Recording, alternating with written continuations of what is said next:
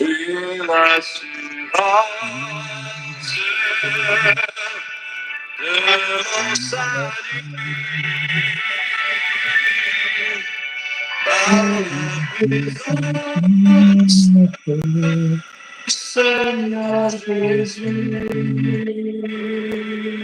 Sans s'en laver par l'esprit. L'esprit Saint, péché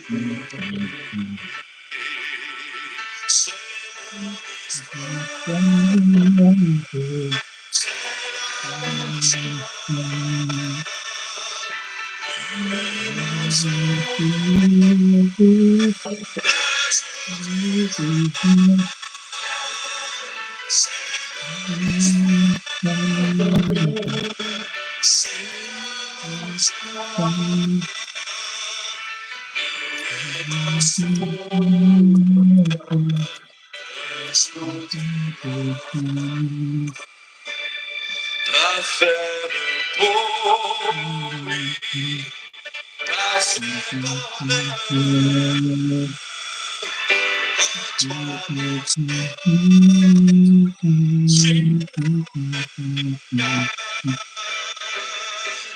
Je veille en attendant ton retour.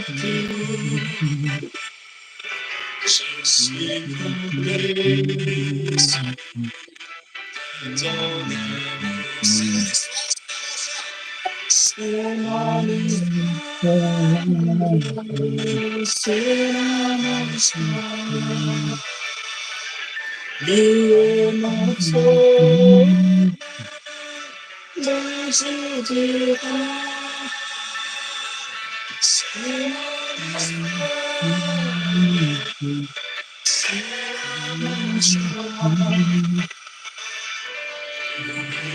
c'est l'amour.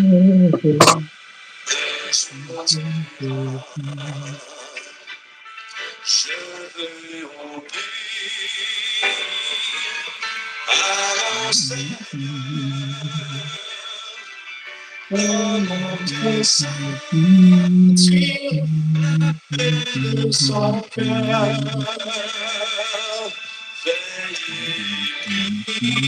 Veillez, attendre, me laisser passer.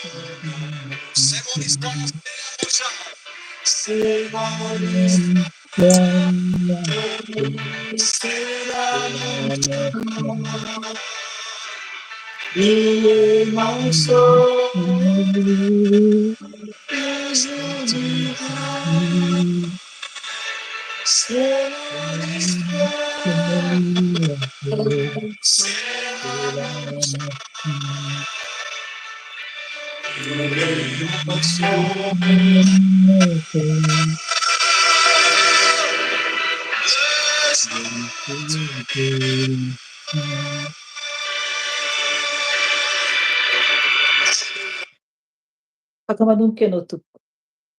Alleluia, amen. Alléluia.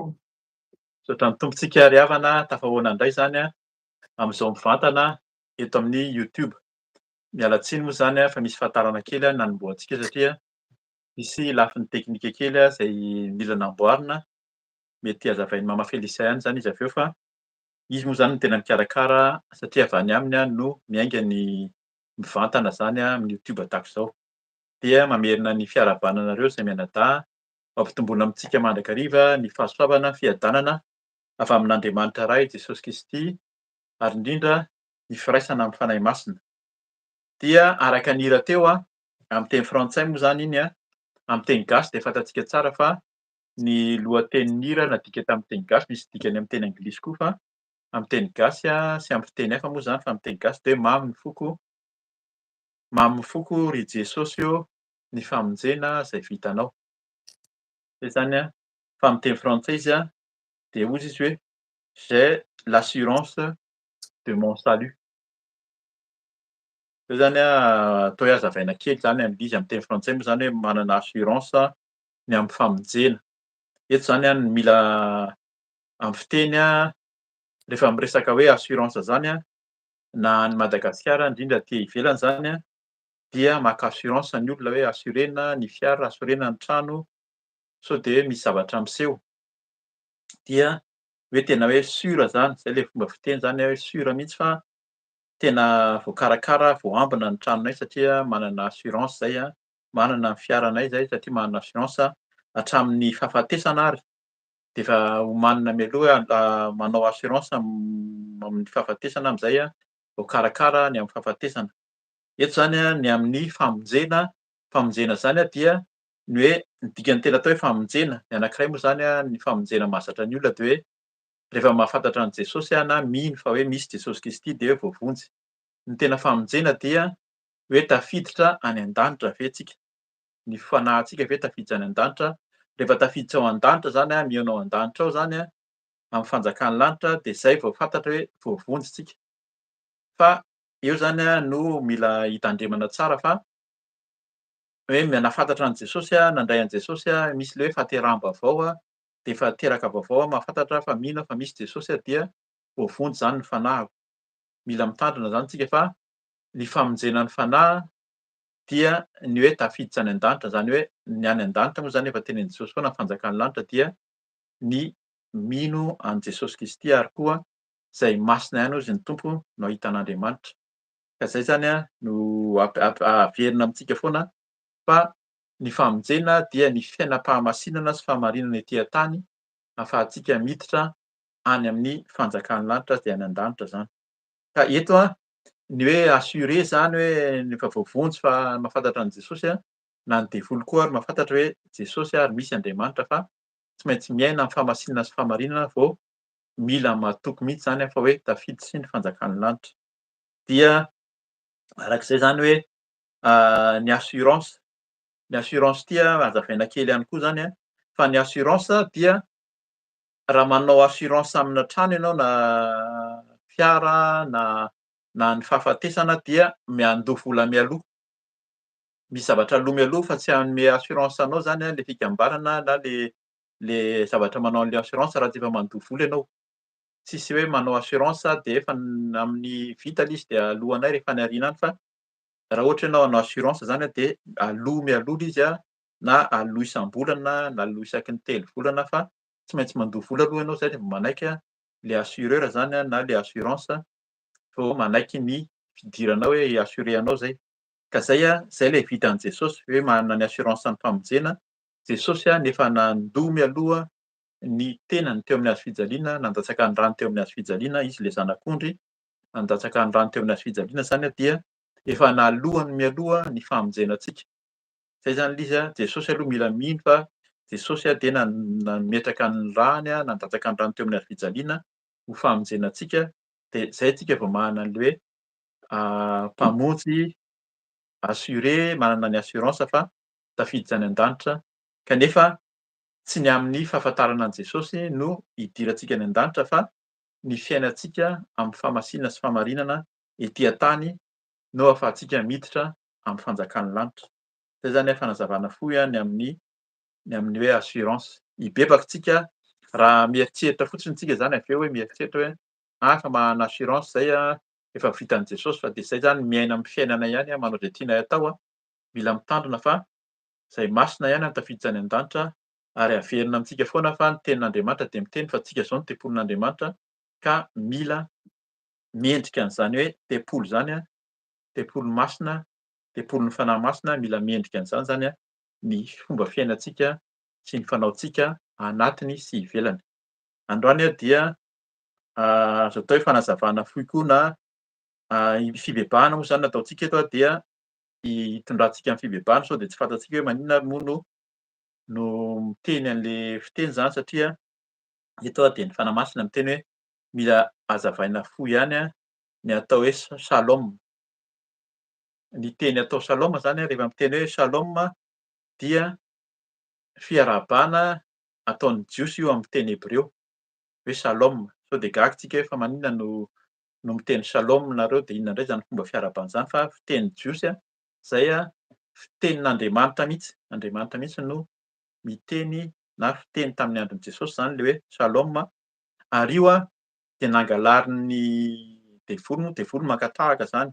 Ny arabo na ny silamo dia nangalatra tsy lavitra an'io nataony anazy fa salama, zay nahatonga ny teny gasy koa rehefa mifarapampiarahaba ankoatran'ny hoe manahoana, manakory dia ny salama no fiteny gasy koa nalaina tamin'ny fiteny arabo io satria nisy arabo zany tonga ta Madagasikara koa nitondra ny fiteny atao hoe salama. Be da be ny teny arabo zay ampiasaintsika ny alatsinainy, talata sy ny larobia zany ny andro rehetrarehetra io sy ny volana rehetrarehetra io zany dia teny arabo daholo, tena mitovy mihitsy na ny fanonona na ny fanoratra ary indraindray. Ka izay zany hoe ny devoly tsy kely lalina fa nangalatra koa izy hoe atao hoe salama fa ny tena teny zay tany ambolohan'ny tany de hoe shalom. De inona ny dikan'le shalom? Dia manonona ny fiadanan'ny tompo amin'ilay olona zany. Rehefa miarahaba zany ny jiosy taloha de hoe fiadanana e, fiadanana ho anareo. Dikan'le fiadanana, fiadanana avy amin'Andriamanitra zany no tononona amin'ilay olona zay arabaintsika. De azagaaky tsika betsaka moa zany ny fanazavana fa tsy ataontsika lava androany fa azagaaky tsika fa na ny firarian-tsoa koa ary rehefa manao veloma ho vakiantsika rehefa aveo fa misy rehefa manao veloma dia manonona ny shalom ihany koa ny teny jiosy zany. Fa ny fiadanana no tena zava-dehibe zany hoe tononona aminao tononoko aminao ny fiadanana rehefa miteny hoe shalom. Dia ka tenin'Andriamanitra anankiray tsika zany anankiray hoe ahafantarana hoe inona sady moa zany le fiadanana zay tononona eto. Jesosy manonona an'izay fa tany amin'ny testameta taloha koa de efa nisy nanonona ny atao hoe fiadanana. Raisitsika amin'ny jauna toko fahaefatra amby folo ny andininy fafito amby roapolo ihany zany no vakiantsika amin'ny anaran'i Jesosy. Hitantsika amin'izay hoe inona ny ibebahantsika raha tsy fantatsika zany sao de hoe manonona ny fiadanan'ny tompo fotsiny tsika amin'le olona nefa malahelo, tesitra na manozona fa fiadanana zany rehefa manonona fiadanana dia tena hoe hiadana fahasambarana, zay zany no tononona amin'le olona. Vakiana amin'ny anaran'i Jesosy, andiny fafito amby roapolo zany ny jauna fahaefatra amby folo. Fiadanana no avelako anareo, ny fiadanako no omeko anareo, tsy tahaka ny fanomezan'izao tontolo izao no fanomeko anareo, aza mangororo na matahotra ny fonareo. Amen. Hitantsika amin'izany Jesosy mihitsy no niteny eto, hoe hamboatra fitoerana any an-danitra izy dia niteny mihitsy izy hoe fiadanana no avelako anareo. Zany hoe nanonona raha io zany raha fahadika amin'ny teny hebreo zany de hoe shalom. Nanonona ny shalom zany Jesosy hoe omeko anareo ny shalom ny fiadanana avelako aminareo, ny fiadanako, fiadanan'Andriamanitra, ny fiadanan'i Jesosy no omeko anareo. De zay mahatonga antsika rehefa mifampiarahaba hoe azagaga indray tsika hoe novain-dry zareo indray le izy na ohatran'izay fa dikany hoe shalom zany rehefa miteny an'izy de manonona ny fiadanan'ny tompo amin'ny fiainan'le olona. Hoe enga anie ianao ka handray ny fiadanana avy amin'Andriamanitra. Dina le fiadanana tononona eto zany tsy tahaka ny fanomen'izao tontolo izao hozy izy no ny fanomeko anareo. Zay zany izy rehefa manono tsika tsy le fiadanana arak'le le fiteny zany hoe fahasalamana, salama io moa zany hoe fahasalamana io, zay ny amin'ny teny gasy hoe salama zany hoe olona salama, tsy marary zany. Fa le shalom amin'ny teny hebreo dia hoe fiadanana, tsy tahaka ny fanomen'izao tontolo izao. Rehefa manonona ny fiadanana ao amin'le olona zany tsika dia tsy tahaka an'le fiarahabana nataon'ny olona fa tahaka ny nataon'i Jesosy de inona le izy? Tonga de tonony eo hoe aza mangororo na matahotra ny fonareo. Rehefa mahazo an'le fiadanana ianao de tsisy orohoro, tsisy tahotra intsony amin'ny fontsika. Ny tahotra sy ny orohoro zany manomboka ao amin'ny fon'ny olona. Raha vao manomboka ao amin'ny fon'ny olona ao zany tokony tsisy tahotra intsony tsisy orohoro intsony ao amin'ny fontsika rehefa mandray fiadanana, ary rehefa manonona ny fiadanana amin'le olona zany tsika dia manonona koa hoe aza matahotra, aza miorohoro fa fiadanan'Andriamanitra no tononoko aminareo zany. Ka zay ibebahantsika sady satria fibebahana moa zany no amin'ny voalohany zao zany no ataontsika hibebaka tsika avy eo dia hibebaka tsika raha ohatra hoe manonona ny fiadanana miarahaba an'le olona zany manonona ny fiadanana nefa toa ohatran'ny hoe vao maika ary mampangororo ny fon'le olona na manome tahotra. Fa ny fiadanan'ny tompo de tena hoe tsisy tahotra mihitsy zany tsisy orohoro fa tena miadana. Eto koa zany misy fanazavana kely ihany moa zany amin'ny teny gasy, ny teny gasy moa zany amin'ny teny frantsay ny fanonona an'le shalom koa zany de paix, hoe la paix zany paix zany Raha amin'ny teny gasy nefa dia misy fiteny fandikanan'ny Pey hoe fandriam-pahalemana. Mandry fahalemana, dikan'izany fandriam-pahalemana tena tsisy ady, tsisy ororo arak'ilay teny teo, tsisy oro, tsisy tahotra zany. Dikan'ny Pey amin'ny teny gasy de hoe fandriam-pahalemana, tsisy ady, tsisy orooro, zay mahatonga an'izy hoe fiadanana eto. Dikan'ilay fiadanana rehefa tenenina koa nefa misy fototeny amin'ny atao hoe fiadanana de misy hoe miadana. Dikan'ny miadana de tena hoe olona miadana reny olona reny e. Zany hoe tsisy tahotra, tsisy mety ho amin'izao fotoana izao ny atao hoe miadana de hafa mihitsy ny andraisan'ny olona azy hoe miadana le olona de hoe mpanankarena, manana an'izao fa tsy zay ny tena fiadanana. Fiadanana de tena hoe olona mandry fahalemana zany, tena hoe tena milamin-tsaina, milamina ny fony tsisy ororo, tsisy tahotra, zany no atao hoe miadana. Ary ny fiteny miadana koa dia olona ray hoe mandeha miadana, rehefa hoe mandeha miadana, mba miadana koa ny fandehan'iny olona iny a, olona tsy mandeha maika zany, tsy mikoropaka fa mandeha miadana. Dikan'izany a, rehefa tononona am'le olona ny fiadanana de hoe aza mikoropaka ianao, aza mitaitaitra zany, aza taitaitra am'zao fiainana zao fa mandehana matokia, zay no nahatonga an'i Jesosy mihitsy miteny hoe matokia akory a, matokia ny ray. Mila mahatoky an' Jesosy antsika, fa raha vao tsy mahatoky amin'ny tompontsika de mierikerika, mikoropaka zany a, mihazakazaka avy etsy avy aroa, mihazakazaka amin'ny fiainana, mihazakazaka am'zao fiainana zao, am'zao tontolo zao araky ny fiteny. Fa rehefa miaraka am' Jesosy a de miadana, milamina mihitsy zany a, de manana atao hoe fiadanana. Ny fiadanana eto zany a dia tsisy mangororo ny fontsika, tsy matahotra ary mandry am-pahalemana araka ny fiteny koa zany amin'ny teny gasy. Vakiako ihany ny tenin'Andriamanitra zany ao amin'ny any amin'ny testameta taloha izy efa nampiasaina ihany a, fa vakiako ihany lay izy a, eo amin'ny Genesisy toko telo amby efapolo. Genesisy toko fahatelo amby efapolo, ny andininy fahatelo amby roapolo ihany vakiana. Genesisy toko fahatelo amby efapolo, ny andininy fahatelo amby roapolo ihany vaky toy izao amin'ny anaran'i Jesosy. Ary hoy rahalehilahy, fiadanana ho anareo, aza matahotra, andriamanitrareo dia Andriamanitry ny rainareo no nanome anareo harena tao anatin'ny lasakanareo. Ny volanareo de efa tonga aty amiko dia namoaka an'i Simeona eo aminy izy. Eto moa zany misy tantara kely eo aloha mila vakianao zany fa tamin'ny niverenan'ny rahalahin'i Josefa, tamin'izy hoe natsoin'i Josefa zany satria natsoiny mihitsy ny rahalahiny nitazominy teo zany Simeona le zandriny teo satria nataon'i Josefa namidy ny rahalahiny izy de avy eo nisy mosary teo amin'ny faritra nisy an'zareo dia lasa nandeha nakany Ezipta ny rahalahin'i Josefa dia tsy nahafantatra hoe iza anie ka le Josefa zay namidy an'zareo fa lasa tandapy izy, lasa prime ministre indray zany, zay ny fiteny am'zao fotoana izao. Dia nasainy natsoina hoe miverena aty nareo fa tsy nomeny le zandriny fa tsy maintsy ajanoko ny zandry na ny dadan'ny zareo Jakoba ary moa zany nalahelo mihitsy tamin'izany hoe fa inona ihany ary ty zavatra mahazo antsika ity fa zany de lalan'Andriamanitra zany, zay le hoe mila tsy mikoropaka zany rehefa miaraka amin'ny tompo fa misy fiadanana zay omeny eto. De teto zany nandray an'le rahalahiny tao an-tranony Josefa de naniraka rahalehilahy. Eto mahagaga fa le rahalehilahy eto de nataony lehibe zany, tsy niteny hoe iza le rahalehilahy fa amin'ny mpandinika ny ten'Andriamanitra de hoe anjely. Anjely ihany koa zany no nirahan'i Josefa niara-niaina taminy tao zany nandray ny rahalahiny hoe tonga de rehefa miteny manko ny anjely de tonga de io no teneny fiadanana ho anareo, aza matahotra, Andriamanitrareo dia Andriamanitry ny rainareo no nanome anareo harena tao anatin'ny lasakanareo. Eto zany de tena hoe tsisy tahotra, aza matahotra ny Andriamanitry ny rainareo zany de le Andriamanitry Abrahama sy Isaka ary Jakoba. Zay no teneniny eto zany io le Andriamanitry ny Israely ka tsisy tahotra zany, aza matahotra rehefa tonona amintsika ny fiadanana. Any amin'ny Samuela voalohany toko fahadimy amby roapolo, mbola vakiana kely ihany koa zany ahafantarantsika hoe efa nisy tononona tany aloha tany koa zany io fiadanana io toko fahadimy amby roapolo ny andininy fahaenina ihany vakiana amin'ny anaran'i Jesosy Samuela voalohany toko fahadimy amby roapolo andininy fahaenina amin'ny anaran'i Jesosy hoe ary izao no holazainareo aminy: tsara antitra ianao, fiadanana aneo anao, fiadanana ho amin'ny ankonanao ary fiadanana ho an'izay anananao rehetra. Amen.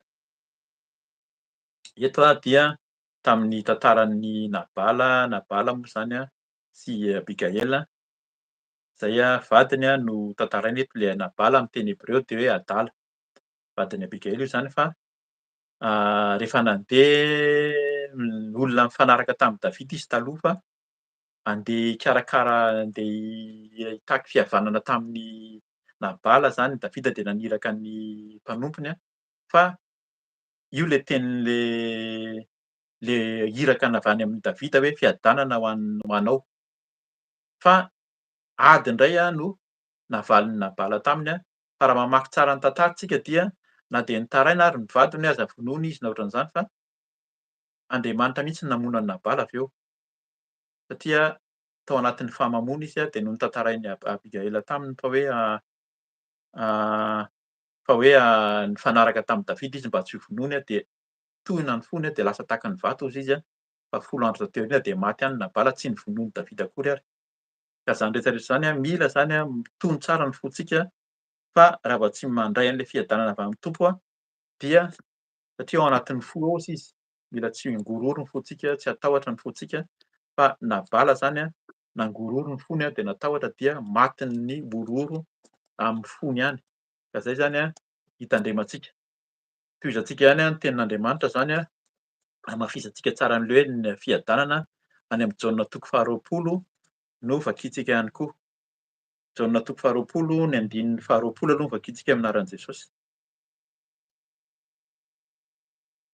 Andiny fahasivy amby folo azafady andiny fahasivy amby folo Jaona toko faharoapolo andiny fahasivy amby folo amin'ny anaran'i Jesosy hoe noho ny harivan'ilay andro voalohany amin'ny herinandro raha vao arindrina ny varavaran'ny toerana izay niangonan'ny mpianatra noho ny fahatahoran'ny jiosy dia tonga Jesosy ka nitsangana teo afovoany sady niteny taminy hoe fiadanana ho anareo. Amen. Zay zany ny tenin'ny Tompo. Tena nanonona ny fiadanana izy efa nitsangana tamin'ny maty Jesosy tamin'ity. Efa nitsangana tamin'ny maty izy fa mbola tsy tonga le fanahy masina zany satria amin'ny asan'ny apôstôly toko voalohany sy faharoa any izy manomboka mitantarany hoe nahatongava ny fanahy masina fa natahotra ny mpianatra. Tamin'ny andro voalohany hoy sisa tamin'ny herinandro tamin'le alahady nahitan'i Maria Madeleine sy ny Maria hafa zany hoe nitsangana tamin'ny maty Jesosy tsy tao am-pasana intsony de niafina zareo ny voarindrina ny varavaran'ny toerana izay niangonan'ny mpianatra noho ny fahatahoran'ny jiosy.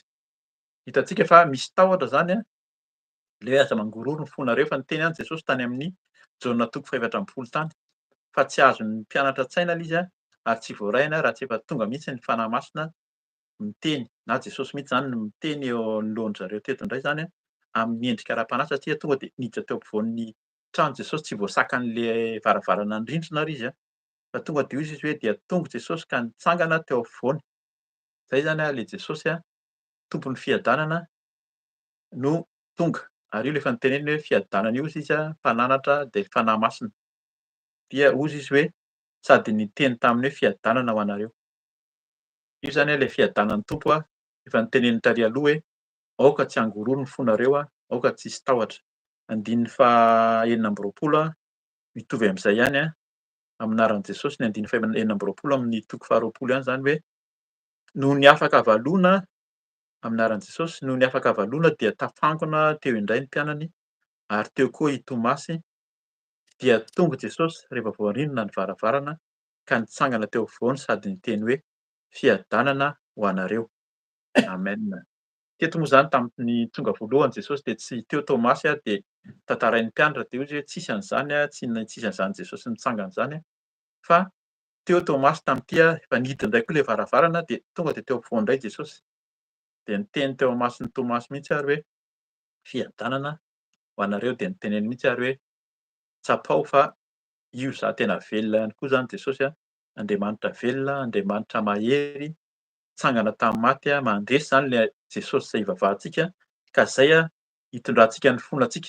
Raha tsy mino ianao fa tena mandresy Jesosy mahery, fiadanana tsara fa mbola mierikerika tsika, mbola kivikivy, misy alahelo, misy fahatezerana, misy fankalana dia tsy ny fiadanan'ny Tompo zany no ao amintsika fa na ny mpianatra ary de ny rindrina niafina rehefa mbola tsy nahazo an'le fiadanana fa noho nahazo fiadanana tonga ny fanahy masina de tena nitory ny mpianatra nampahafantatra ny olona rehetra fa Jesosy Kristy dia zanak'Andriamanitra velona ary efa nitsangana tamin'ny maty. Ka de misaotra ny tompontsika, zany ny bebahantsika. Araka ny teniko tery amboloany de na io fiadanana io ary dia teny fampaherezana koa na fanaovam-belomana nataon'i Petera amin'ny Petera voalohany toko fahadimy vakiantsika ny 2:17 amaranantsika anazy zany alohan'ny ivavahantsika hibebaka. Petera voalohany toko fahadimy ny 2:17 mivaky toy izao amin'ny anaran'i Jesosy. Mifanaova veloma amin'ny fanoroham-pitiavana ho aminareo rehetra izay ao amin'ny Kristy anie ny fiadanana. Amen. Hitantsika fa fanaovam-beloma zany rehefa miarahaba matetika ny hoe fiadanana shalom, fa tena hoe na manao veloma ary de nanonona ny fiadanana koa. Zay hoe ao aminareo rehetra izay ao amin'ny Kristy ny anie ny fiadanana. Fiadanana avy amin'Andriamanitra ihany zany, avy amin'ny Kristy izay tsy azon'izao tontolo izao sisa satria tsy hitany na fantany. Zay no zaraintsika amin'ny olona. Ka raha mbola tsy nahafantatra an'izay tsika fa manonona fotsiny ny fiadanana na miarahaba fotsiny hoe fahazarana, dia zay zany ny itondrantsika ny tenantsika, ifonantsika. Raha misy alahelo, misy fahatezerana ao anatin'ny fontsika ao, misy orohoro, misy tahotra, aingany tononona amintsika zany ny shalom, ny fiadanan'i Jesosy Kristy amin'Andriamanitra, dia hiala ny orohoro, hiala ny tahotra. Ka dia aokantsika araka ny tenin'ny Petera azafady eto hoe mifanaova veloma amin'ny fanoroham-pitiavana. Tena hoe misy fanoroka zany dia amin'ny fitiavana, teny fitiavana ny fanolorantsika ny fanononana ny shalom na ny fiadanana zany avy amin'ny Tompo.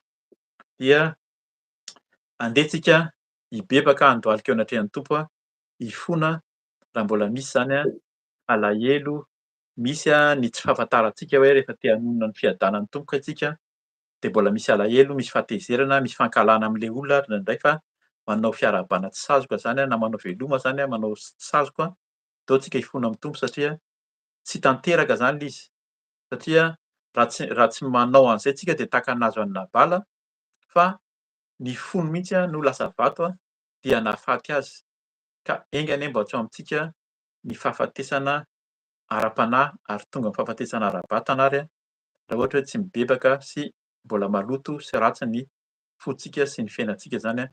Andohalitsika, ataontsika hibebaka sy hifona eo anatrehan'ny Tompo.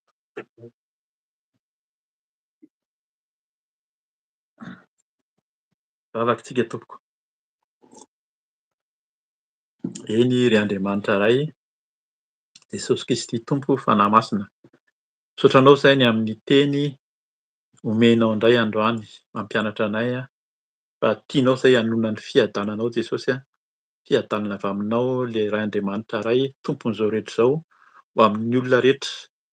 Eny Tompo ka zany no anatona anay amin'ny mpanetretena satria izahay dia tsy mahafantatra akory, tsy nahafantatra izany fa izahay dia miarahaba na manao veloma amin'ny alahelo, amin'ny fahatezerana, manao fiarahabana tsy sazoka, feno fiatsaram-belatsihy ny fonay ary indrindra koa ianao miteny fa raha manonona fiadanana dia tokony handray izay tsy azon'izao tontolo izao satria tsy hitany na fantany fa tena hiala ny orohoro, hiala ny tahotra ny amin'izao fiainana izao, ny amin'izao fanarahana anao izao Tompo, tsy ny assurance amin'ny fiainany etỳ an-tany fa ny tena mahatoky izay fa ho vonjy ary ho tafiditra amin'ny fanjakanao Tompo.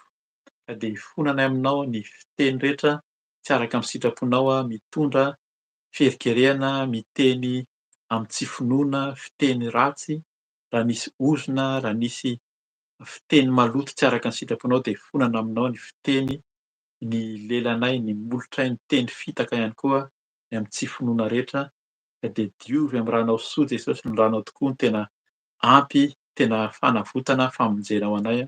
Ka dia sasao amin'ny ranao izay Jesosy teo amin'ny hazo fijaliana, sasao ny vavanay, sasao ny molotray, ny lelanay, sasao ny masonay. Izahay dia mijery tokoa Jesosy amin'ny fankalana, mijery ny zavatra miseho etỳ amin'izao tontolo izao, amin'ny ady misy amin'ny zavatra miseho rehetra dia feno orohoro ny fonay, feno tahotra. Ka dia mifona aminao ny amin'ny tahotra sy ny orohoro.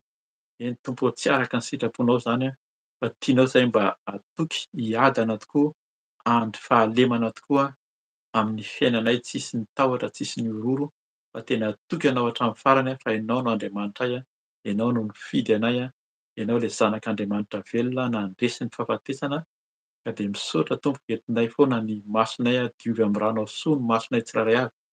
Sasao Jesosy ny masonay, ny fijerinay ary ny fiainanay koa mihaino zavatra maro, indraindray dia mihaino izay Jesosy ny ady, mihaino ny fanenjehana, ny fanaratsiana, ny fankalana, dia matahotra koa izay miororo ka dia hifonana aminao raha tsy nandray ny fiadanana tokony hatoky hatramin'ny farany izay fa ianao no nanonona ny fiadananao Jesosy tahaka ny nanonanao ny fiadananao tamin'ireo mpianatra, dia averinao izany androany aminay tsirairay avy. Mahatoky ahy Jesosy fa ianao tokoa ny hitondra fiadanana ao amin'ny foko, amin'ny saina, amin'ny fiaino, ny amin'ny fijery, ny amin'ny fiteny dia fiadanana, fiadananao no aminay Jesosy ka dia misaotra indrindra fa ianao tia anay, ny ataon'ny tananay Jesosy ny raisin'ny tanana rehetra natao tsy araka ny sitraponao dia hifonana aminao koa satria indraindray izay dia manaonao foana araka ny teninao tokony hiadana, hikoropaka, mandeha ny lalana nandehanan'ny tongotray, mihazakazaka amin'izao fiainana izao hikoropaka nefa tianao izay hiadana, mandeha miadana, milamina Jesosy amin'ny fanarahana anao mahatoky fa ianao tokoa ny lalanao dia tena tsara tsy hitondra loza fa tena fiadanana ho anay ka dia misaotra indrindra Jesosy ny amin'ny ranao soa.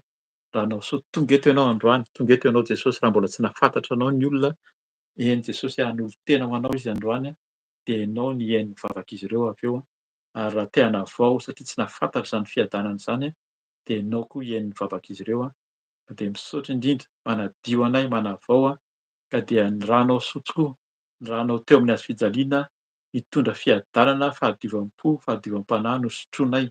Misotro ny ranao Jesosy hanadio ny foko, hanadio ny saiko ary ny ranao no hikorina ao anatin'ny foko, hanala ny tahotra, hanala ny fierikerehana, hanala ny orohoro, hanala izay tsy hanao rehetra. Sotroko ny ranon'i Jesosy mandory ihany koa ny aretina, ny valana aretina, ny tsimoka aretina ao anatiko ao dorako amin'ny ranon'i Jesosy, foanako amin'ny ranon'i Jesosy tsy hanakely, tsy hanam-pahefana, voaka ny ranao soa Jesosy hanadio ka ianao hanavao tanteraka. Ka dia misaotra satria olom-baovao izay mahatoky izay raisinay Jesosy amin'ny finoana, amin'ny anaranao Jesosy ny fiadanana tonononao aminay ary tonononay koa amin'ny olona rehetra, amin'ny mpanomponao maro dia fiadananao aminay Jesosy ka izany no asahianay koa. Ho sahy izay Jesosy hijoro ihany koa, hijoro handray Jesosy, handray ny fiadananao ho sahy Jesosy ny fahefana, ny hery dia hijoro izay Jesosy hitsangana handroaka koa ny asan'ny maisina, handroaka ny asan'ny devoly satria devoly tokoa dia tsy kely lalana fa mitady hamotika sy hamperikerika ny fonay ka dia amin'ny anaran'i Jesosy Kristy avy Nazareta no androahana ny devoly sy ny Satana sy ny firongony rehetra, roahana amin'ny anaran'i Jesosy ny devolin'ny Losifera, devolin'ny Belzeboba, devolin'ny famperikerehana rehetra mitondra tahotra, mitondra orohoro, mitondra famperikerehana, fitiana amin'ny anaran'i Jesosy Kristy eo amin'ny fahariana rehetra fa ny Losifera sy ny Belzeboba no menarana ela, menarana tranainy mitondra fiteny maloto, fisainana maloto, fierikerehana rehetra, devolin'ny fanenjehana, devolin'ny fanaratsiana, devolin'ny fankalana, didina amin'ny anaran'i Jesosy Kristy eo amin'ny fahariana rehetra fa tsy hanjaka amin'ny fiainanay, tsy hanjaka amin'ny fonay, tsy hanjaka amin'ny foko sy ny fanahiko, amin'ny ankonako,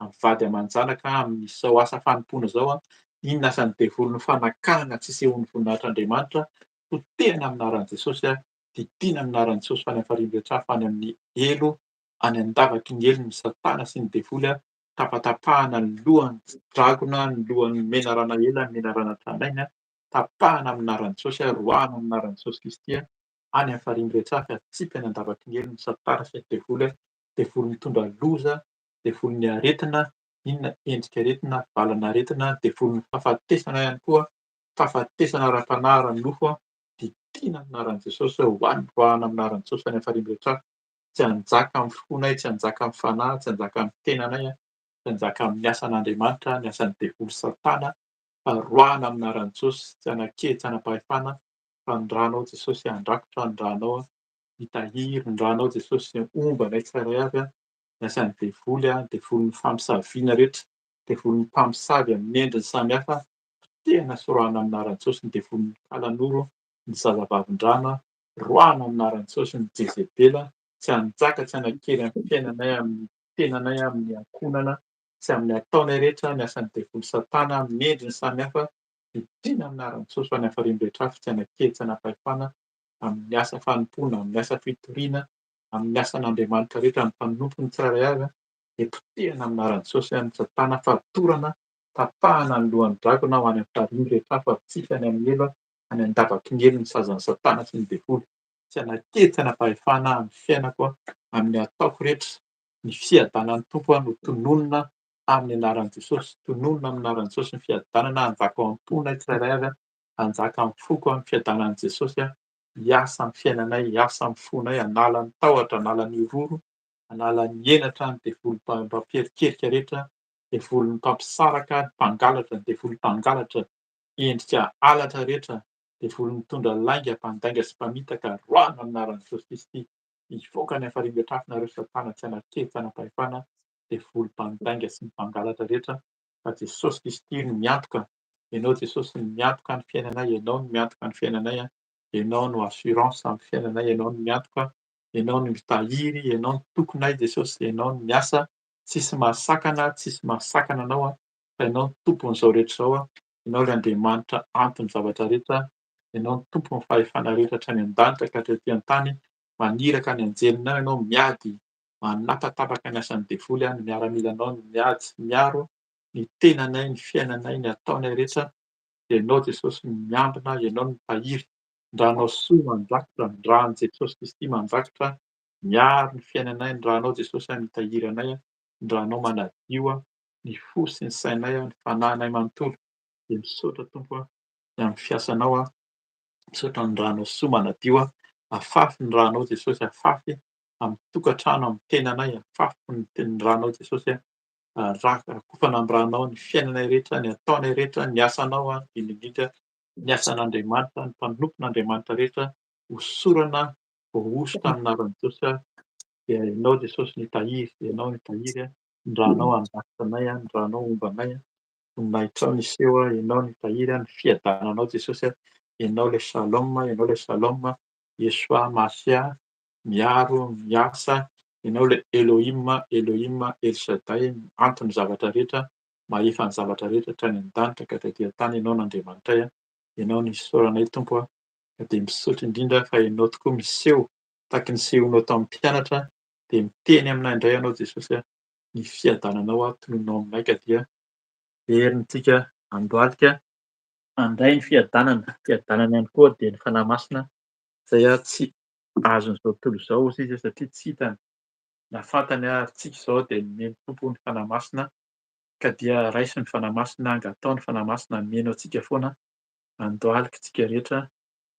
Eny Tompo, ianao tokoa ilay fanahy masina, ianao ilay fanahy velona, ianao ilay niseho teo ampovoan'ny mpianatra tsy voasakan'ny varavarana mihidy ianao, varavarana mirindrina, fa ianao miseho, mitoetra ao am-ponay ianao Tompo, hanjakao amin'ny foko ianao, midira ao am-ponay tsirairay avy, hanonona ilay fiadananao Jesosy, fiadanana amin'ny fanahinao, ilay fiadanana, ilay fanahy fiadanana, fanahy mananatra, ilay fanahy mampianatra, manolo-tsaina, fanahy faherezana, fanahy fahamasinana sy ny fahamarinana ho aminay tsirairay avy, ao anatinay Jesosy, angatahaka ianao, ameno anay tsirairay avy, ameno ny foko, ameno ny fanahiko, ameno ny fiainako Tompo, ameno ny asanao, ameno ny ankonako, ny fiainako rehetra, fenoina amin'ny fanahy masina, tendreo ny vava, tendreo ny molotra, ny saina, ny sofina rehetra, ny tenako manontolo dia ho feno ny fanahy masina, hitobaka ny fanahy masina,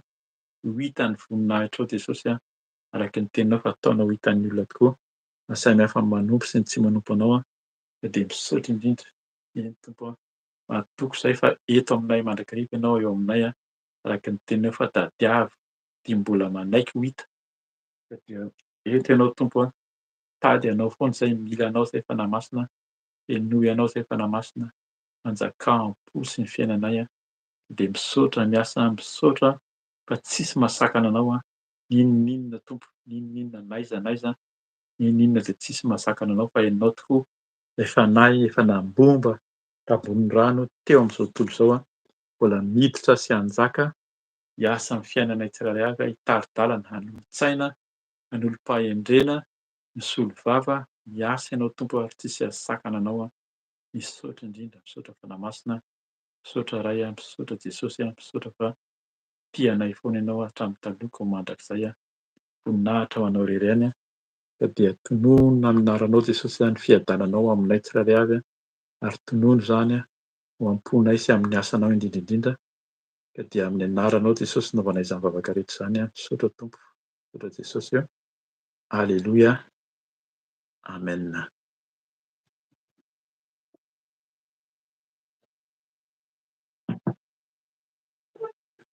Amen, amen.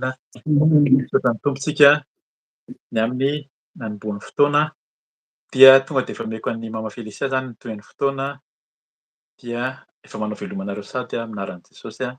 Alleluia, amen. Amen, amen, alleluia. Saotra ny Zokerika, nanomboka ny fotoana, saotra ny tompo lehibe ny amin'ny ahafahantsika mbola mihaona eto ary tena miala tsiny satria nisy olana zany ny telefonako. Dia ilay izy moa zany mbola tsy vita saoma tsara ilay izy fa isaorana ny tompo hoe afaka ihany tsika miaravavaka eto satria ny andry ny zanako lava any am-piasana zany nanamboatra ilay telefona dia ilay izy zany zay no tonga anay hoe tamin'ny ordi aloha zany natao zany ny en direct nefa tsy nety ilay izy. Dia ny avy eo ny essayena ihany tamin'ity telefony ity dia isaorana ny tompo fa mety aloha izao. Voninahitra ho an'i Jesosy. Isaorana ny tompo lehibe satria afaka vavaka ihany tsika Jesosy no niditra nitsehatra ka voninahitra ho an'i Jesosy dia afaka tsika hivavaka dia voninahitra ho azy ka miala tsiny amin'ny fahatarana tompoko. Ny tompo no mahita ka aoka tsika samy ahery daholy mba tsy ho tara foana zany tsika, zany hoe tsika mieritreritra hoe tara fa ny tompo manomana ny programa sy mandama izay sitraka hisoratsika ny tompo ny ambola ahafahantsika mivavaka toy izao. Ry havana mangataka amin'olo zahay raha vavaka amiko alohan'ny andresako ny ten'Andriamanitra.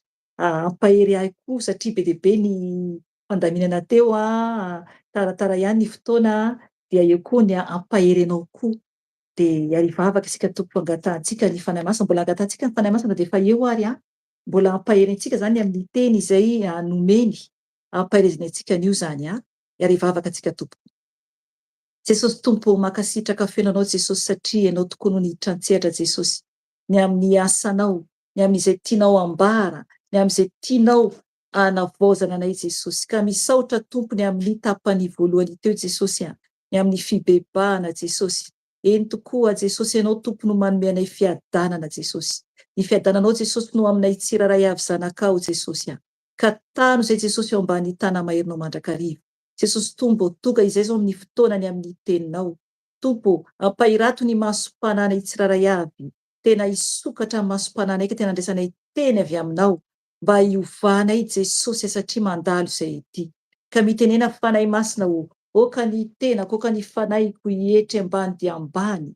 Fa raiso ny kontrola ny momba manontolo fanahy masina sy koa ny kontrola zanakao tsiraray avy izay hiainy fanahy masina amboary izay, oka ianao ampisokatra ny masom-pananay, ny sofinay aoka are tsara izay tianao ambara, oka ny fananay andray tsara ny teny avy aminao ka amboary izay mba homendrika eo anatrehanao. Ka misaotra fanahy masina miasa mahery aminay ianao. Aminaran'i Jesosy avy any Nazareta. Amen. Amen, amen, amen. Ny tenin'Andriamanitra izay raisitsika an'io zany dia momba ny amin'ny finoana. Momba ny amin'ny finoana. Tsika ve tena mana finoana tokoa ve tsika amin'ny fiainantsika andavanandro, amin'izay ataontsika, ary manana finoana koa ve tsika ho tafiditra ny lanitra. Izany no teny ho raisitsika an'io zany. Ny finoana dia miteny ten'Andriamanitra ao bokin'ny Hebreo, hovakintsika kely fa tsy hovakintsika manontolo zany satria andray verset hafa tsika avy eo ao bokin'ny Hebreo 1:12. Andao jerentsika io Hebreo 1:12 andiny voalohany ka hatramin'ny andininy fa 13 no vakintsika.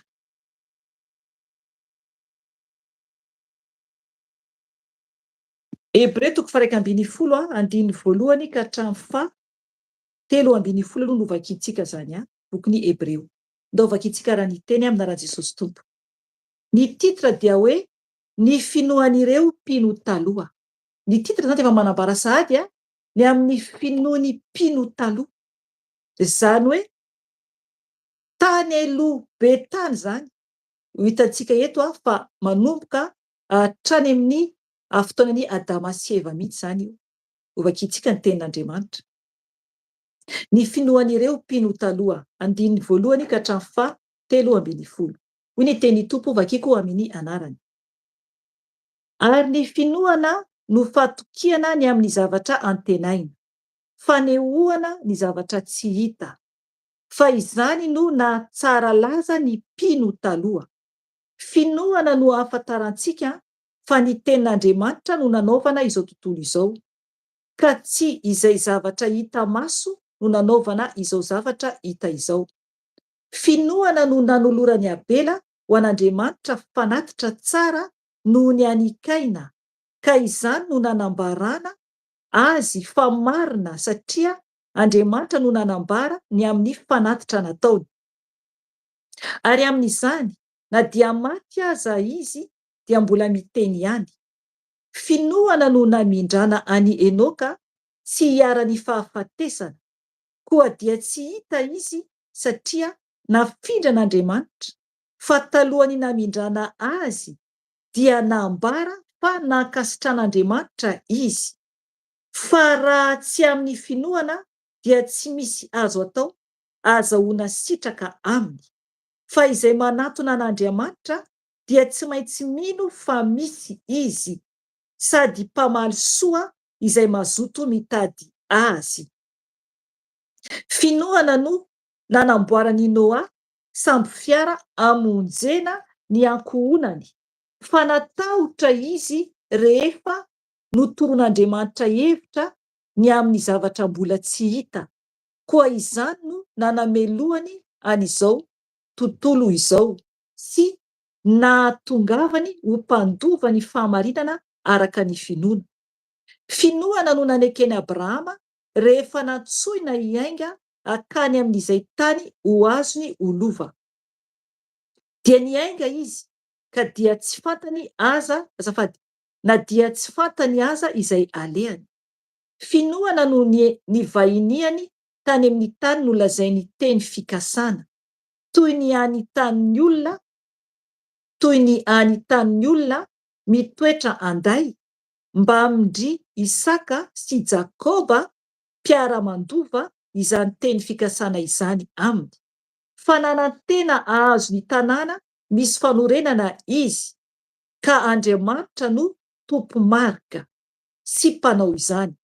Ary na Sara aza dia finoana koa no nandraisany hery anana anaka rehefa nitsahajaza izy, satria nataony fa mahatoky ilay efa nanome ny teny fikasana.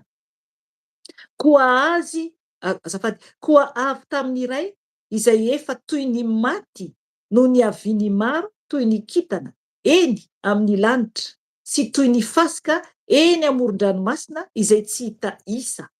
Ireo rehetra ireo dia maty tamin'ny finoana, kanefa mbola tsy nahazo ny teny fikasana, fa nahatazana azy lavitra eny izy, ka ravoravo ny araba azy, dia nanaiky fa vahiny sy mpivahiny tety ambonin'ny tany izy. Amen. Ajantsika hatreo afaka vakianao hatramin'ny farany satria lava be le izy mbola misy teny hafa mombany amin'ny finoana koa, fa eo no raisitsika anio satria manjary lava be ny ten'Andriamanitra zay raisitsika anio. Ary koa mba tena hoe ampifantoka antsika tsara zany amin'izay voaraintsika zany anio. Ry havana, eto dia manambara ny amin'ny finoan'ny mpino taloha.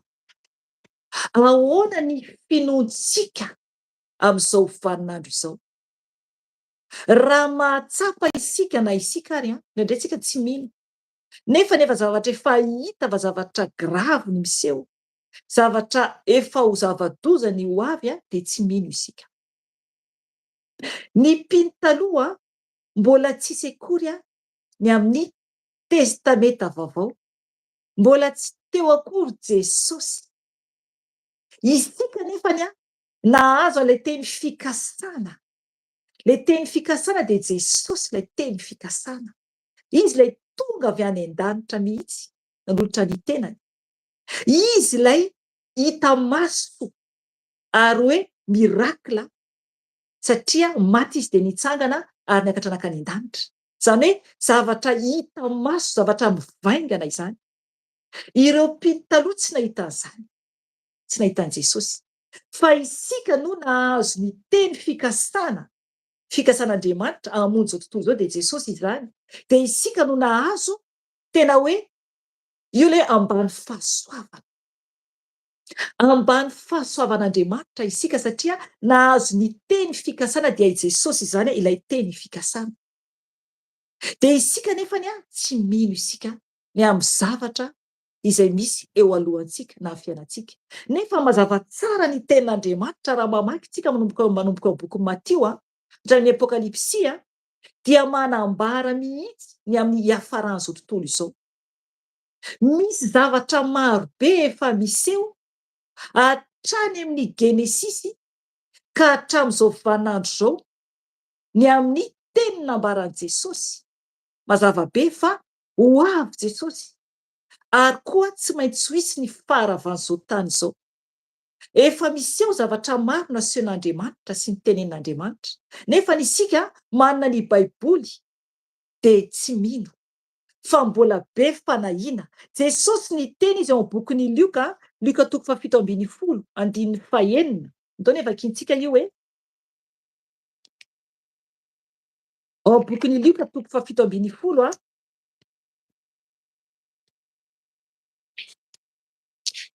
andininy 9. Hoy ny tenin'ny tompo vakiko amin'ny anarany. Hoy Jesosy zany ny teny eto raisiko amin'ny andininy 5. Hoy ny apôstôly tamin'ny tompo, ampitomboy ny finoanay. Hatreo aloha ireo mpianatry ny tompo zany nangataka taminy mba ho ampitomboy ny tompo ny finoan'izy ireo. Dia ahoana hoy Jesosy? Fa hoy ny tompo, raha manana finoana na dia ohatra ny voatsinapy iray aza ianareo, dia azonareo lazaina amin'io voaroy azo io hoe miongota ary maniria any anaty ranomasina. Azafady, ary maniria any anaty ranomasina dia anaiky anareo izy. Amen. Ry havana, ny voaroy fantatsika tsara fa tena hoe mifakany anaty tany mihitsy. Eto ny tompo dia nampafantatra an'ireo mpianany fa ny finoana dia isika ihany zany no tokony hiorina tsara anana finoana. Amen. Tokony ino ane isika fa tokony tsy hanahana amin'ny finoantsika. Raha vao mihanahana isika dia efa tsy ao amin'ny tompo izay. Eto Jesosy namaly an'ireo mpianany. Izy tsy niteny mihitsy hoe andraso fa ampitomboiko ny finoanareo. Satria mila zany isika, mila isika manana finoana. Mila nanantsika izay. Jerevo ny tenin'ny tompo izy mihitsy no niteny hoe raha manana finoana na dia ohatra ny voatsinapy iray aza ianareo. Ny voatsinapy zavatra tena kely izany. Ry havana, tena kely izany jerevo ny habeantsika olombelona.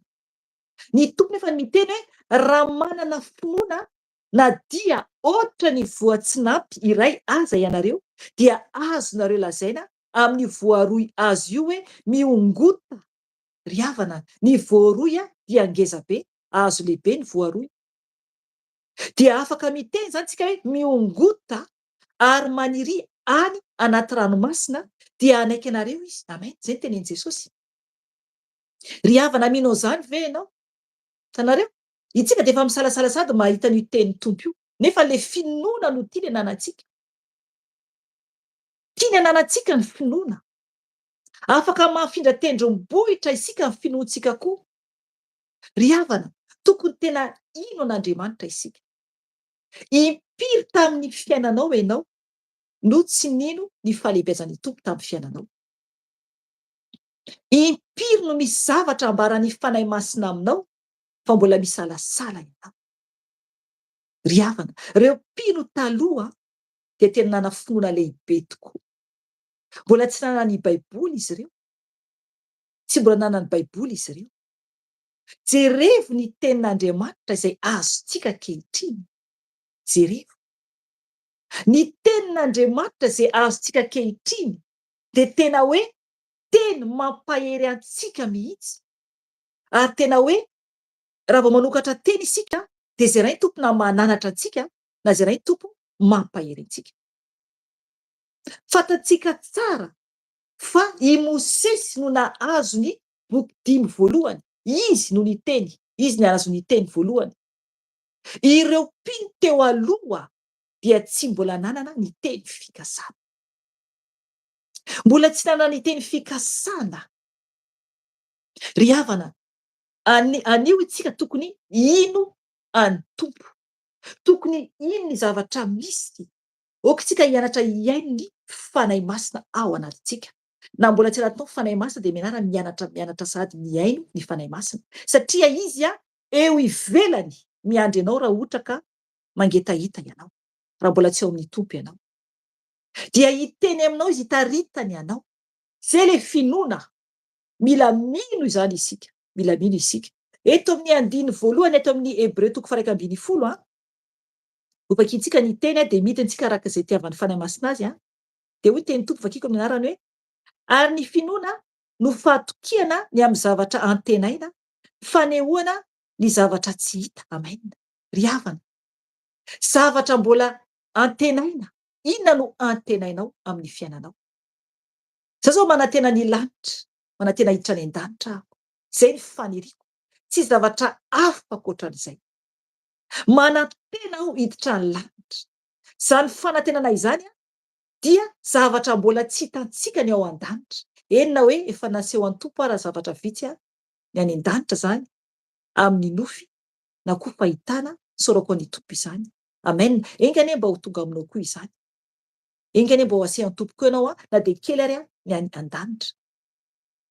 Ry havana, ny finoana dia fahatokiana ny amin'ny zavatra antenaina. Manantena isika niditra any an-danitra. Dia fanehoana ny zavatra tsy hita, tsy hitantsika ny any an-danitra. Ka tsika zany tokony anantena mihitsy ny iaina any an-danitra. Raha ohatra ka hoe manantena koa ohatra ianao, ohatra hoe mbola tanora ianao, ka manantena ianao hoe hiteraka. Zay le hoe finoana ny zavatra ho antenaina. Raha hoe olona tsy salama ianao, dia te ho sitrana ianao, dia tena hoe mino ianao, mino ny tompo fa hanasitrana anao Jesosy. Zay le finoana ny zavatra mbola tsy hita izany. Ry havana, ny tompo dia lehibe indrindra ary mahavita manao mirakila izy. Andiny faharoa, fa izany no nahatsara laza ny mpino taloha. Amen. Hitanareo izany? Tsara laza ny mpino taloha. Amen. Tsara laza ireo satria nino izy ireo? Nino na mbola tsy nahita ary? Jerevy andiny fahatelo vakiko Jesosy tompo hoe, finoana no ahafantarantsika fa ny tenin'Andriamanitra no nanaovana izao tontolo izao, ka tsy izay zavatra hita maso no nanaovana izao zavatra hita izao. Amen. Hitanareo izany? Finoana no ahafantarantsika fa ny tenin'Andriamanitra no nanaovana izao tontolo izao. Ny tenin'Andriamanitra nanaovana izao zavatra hita maso izao.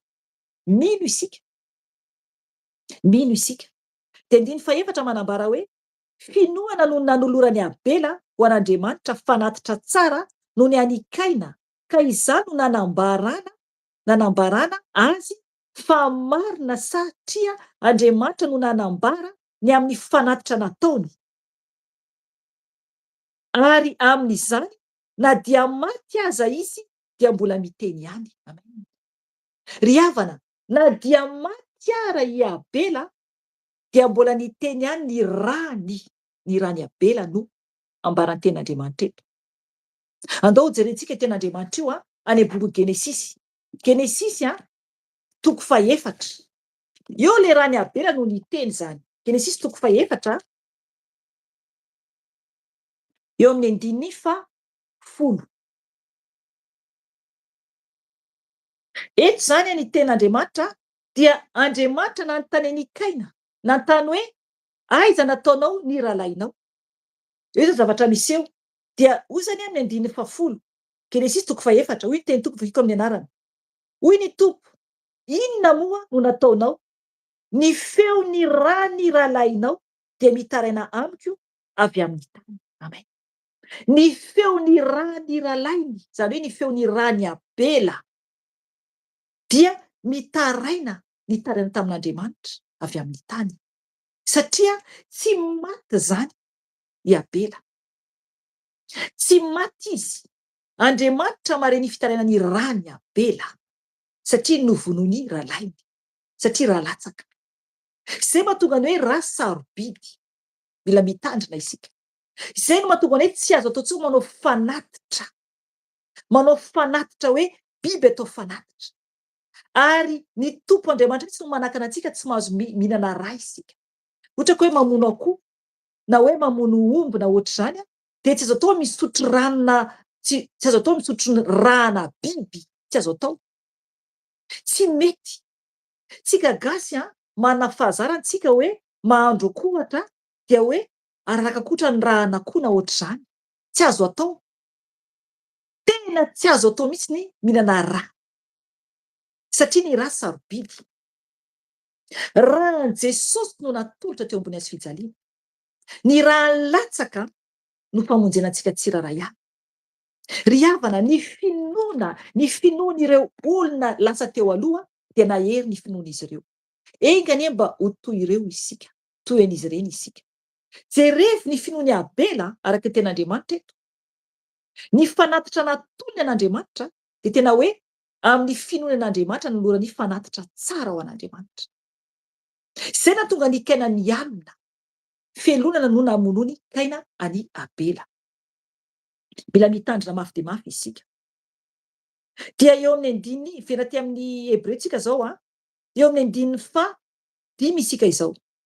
Finoana no namindrana any Enoka tsy hiara ny fahafatesana, koa dia tsy hita izy satria nafindra an'Andriamanitra fa talohany namindrana azy dia nambara fa nankasitran'Andriamanitra izy. Amen. Ry havana, nankasitran'Andriamanitra izy. Tosako ny 5 hoe fa raha tsy amin'ny finoana dia tsy misy azo atao azahoana sitraka aminy, amin'Andriamanitra zany io fa izay manatona an'Andriamanitra dia tsy maintsy mino fa misy izy sady mpamaly soa izay mazoto mitady azy. Amen. Hitanareo izany? Tsy maintsy mino aloha zany isika hoe misy Andriamanitra. Dia zay zany Andriamanitra vao mamaly soa antsika satria mino azy isika dia manatona anazy. I Enoka ambaran'ny ten'Andriamanitra eto dia nentin'Andriamanitra izy. Zay teny zay dia any amin'ny bokin'ny Genesisy 5:12-20. Ndao efa vakitsika ihany koa fa tsy vakitsika daholo zany ny verset fa ho vakitsika fotsiny zany io Genesisy 5:12-20. Hoy ny teny Tompo vakitsika amin'ny anarany. Ary niara nandeha tamin'Andriamanitra 300 taona i Enoka tao aorianany niterany any Metusela. Niteraka zazalahy zazavavy izy. Tozako ihany le teny ny andro rehetra ny any Enoka dia 580 taona. Niara nandeha tamin'Andriamanitra Enoka koa tsy hita izy satria nalain'Andriamanitra. Alleluia, alleluia, amen. Amen. Nalain'Andriamanitra Enoka. Tsy hita izy fa nalain'Andriamanitra. Ry havana, no ny finoana izany satria jerevy ho ten'Andriamanitra. Niara nandeha tamin'Andriamanitra Enoka. Niara nandeha. Firy taona hoy ten'Andriamanitra. Jerevy niara nandeha tamin'Andriamanitra izy 300 taona. 300 taona. Amin'ny 220 io. Tao aorianany niterany any Metusela. Niara nandeha tamin'Andriamanitra izy zany 300 taona. Ry havana, mahavita an'izany ve isika? Miaraka mandeha amin'ny tompo foana, tokony ho izay mihitsy. Tokony miara mamindra amin'ny Jesosy isika. Tokony izay mihitsy. Fa tsy hoe mbola misy zavatra iray fikiritsika ihany. Andriamanitra dia sarom-piaro. Tena sarom-piaro izy. Izy tsy maintsy voalohany amin'ny fiainantsika. Toizantsika ny ten'Andriamanitra. 7 ato amin'ny 1:20 ato amin'ny Hebreo. Finoana no nanamboarany Noa samby fiara. Verikindrim-pandeha. Finoana no nanamboarany Noa samby fiara amonjena ny ankohonany. Fa natahotra izy rehefa notoroan'Andriamanitra hevitra ny amin'ny zavatra mbola tsy hita. Koa izany no nanamelohany an'izao tontolo izao sy natongavany ho mpandova ny fahamarinana araka ny finoana. Amen. Zay le izy. Nino n'Andriamanitra i Noa? Nino izy ny amin'ny zavatra nampahafantarin'Andriamanitra azy na mbola tsy tonga ary nampatahotra azy ny zavatra ho avy. Ry havana, izay le témoignage efa namoaka témoignage teto momba ny amin'ny zavatra ho avy. Mila mino ianao. Mila mino ianao raha ohatra ka hoe tena vonona ianao ny ankatoan'ny Tompo. Ho avy zavatra ampatahotra, zavatra matahotra efa nasehoan'ny Tompo anay. Ka raha mino ianao tompoko, anjaranao. Raha tsy mino ianao dia anjaranao. Anao sy ny Tompo sisa. Fa ho avy ny fotoana isian'ny guerre aty Eropa. Ho avy izany. Ho avy ny mosary any Madagasikara. Efa ny tena hoe mandehana any ambanivohitra. Mila miomana isika. Mila miala any Eropa koa isika. Mila miomana hiala any Eropa koa isika. Ho avy zany tompoko, ho avy zany. Ho takany amin'ny andro Noa.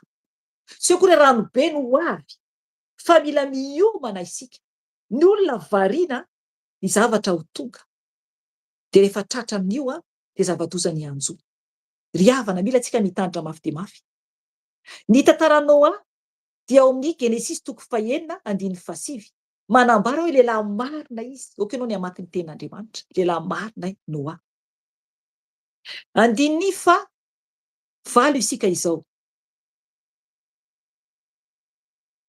Finoana no nanekeny Abrahama rehefa nantsoina hiainga akany amin'izay tany ho azony olova. Dia niainga izy na dia tsy fantany aza izay alehany. Finoana ny vahiniany tany amin'ny tany nolazay ny teny fikasana toy ny any tanin'olona mitoetra anday mba hamindry Isaka sy Jakoba. Mpiara-mandova izany teny fikasana izany aminy. Fa nanantena azo ny tanàna misy fanorenana izy ka Andriamanitra no tompo marika sy mpanao izany. Amen. Hitanareo izany. Eto zany ny tenin'Andriamanitra dia manamarina fa i Abrahama dia nino? Nino i Abrahama ny amin'izy nitenenin'Andriamanitra hoe mialahy ianao? Ndao vakitsika kely io ao amin'ny Genesis ihany koa ny tantara. Genesis 2:20. Andriamanitra niraka ny Abrahama hiala amin'ny taniny. Dia nanaiky i Abrahama. Dia jerena zavatra miseho amin'izao vaninandro antsika izao. No nialy Abrahama dia tanteraka ny teny fikasana ny tenin'Andriamanitra taminazy. Mila mino zany isika. Nefa tsy hisy baiboly tamin'ny fotoana io. Eo amin'ny Genesis 2:20. Nino i Abrahama? Vakitsika ny 1:1. Hoy ny teny Tompo vakiko amin'ny anarany. Ary hoy ny Tompo tamin'ny Abrahama. Abrahama ny anarany teto aloha tamin'ny fotoana io Abrahama. Mandehana miala amin'ny taninao sy ny havanao ary ny tranon'irainao akany amin'ny tany izay asehoko anao. Hatreo aloha hitanareo. Tsy hitany akory ilay toerana andehanany fa nanaraka ny tenin'Andriamanitra izy. Ry havana. Tsy hitany akory ho aiza izy ny handeha. Fa Andriamanitra ny teny mandehana. Mandehana miala amin'ny taninao sy ny havanao ary ny tranon'irainao. Ry havana, mafimafy anie zany. Mafimafy zany. Hiala amin'ny tany izay nahalehibe azy. Dia miala izy amin'ny taniny, miala koa izy amin'ny havany, ary koa miala amin'ny tranon'irainy. Akany amin'ny tany izay asehoko anao. Dia nino an'Andriamanitra izy? Nino an'Andriamanitra izy? Dia hoy ny teny Tompo hoe atonga anao ho firenena lehibe aho sady hitay anao sy ahalehibe ny anaranao. Ho fitahiana tokoa ianao. Tanao zany, zay le izy. Tena zay tokoa zavatra tanteraka. Jerevy zavatra miseho. Jerevy zavatra miseho ny Israely amin'izao fotoana izao. Eo ny guerre ao an'Israely.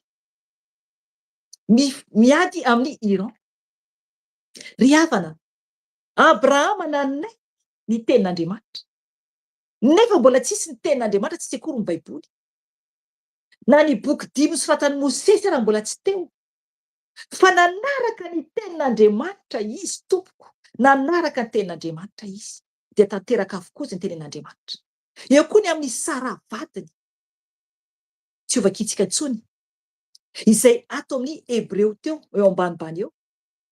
I Sara lasa renintsika rehetra i Sara, efa antitra nefany mbola niteraka ihany. Ny ome ara izy no nareny anjely niteny fa hoe hiteraka Sara, ny ome izy. Ry havana, vakio ny ten'Andriamanitra, zavatra lehibe ny ten'Andriamanitra, tokony efa tsy hiteraka intsony Sara satria efa antitra fa niteraka izy. Manao ahoana ny finoanao an'Andriamanitra? Misy ve teny nomen'Andriamanitra taminao hoe ataovy zao na arao zao? Tsy nino ve ianao? Mbola misalasala ve ianao? Matokia an'Andriamanitra, matokia azy dia ho hitanao fahalebiazana, ho hitanao ny fahalebiazan'Andriamanitra. Fa Andriamanitra dia mirakla izy, mirakla Andriamanitra ary miteny ny Andriamanitra. Isika tsiraray avy dia misy zavatra nambarany Tompo amintsika. Tsika olombelona aza miteny hoe za tsy mba nahazo teza mihitsy mama Felicia, tsisy ohatran'izao. Misy tompoko, misy, fa ianao mbola nanitsy sofina. Misy planin'Andriamanitra ao antsika tsiraray avy. Menara manomboka an'io miaino any fanahy masina. Enoana ny fanahy masina fa hiteny aminao izy. Hiteny aminao izy hoe zao no nambaran'ny Tompo taminao fa tsy tia ataonao ty. Dia hiditra an-tsehatra aminao Jesosy. Tena hiditra an-tsehatra aminao Jesosy. Tena tsoroko aminao izany. Satria tamin'ny fiainako izany. Tamin'ny fiainako izany. Misy ny fotoana nampitomany ahy tanteraka. Ary tena hoe an-dranomasina Jesosy inona ny ataoko Tompo noho ny zanalan'ny Tompo tanatin'ny fiangonana? Satria zatra tao anatin'ny fiangonana. Jesosy tsisy toerana ivavahako tsony.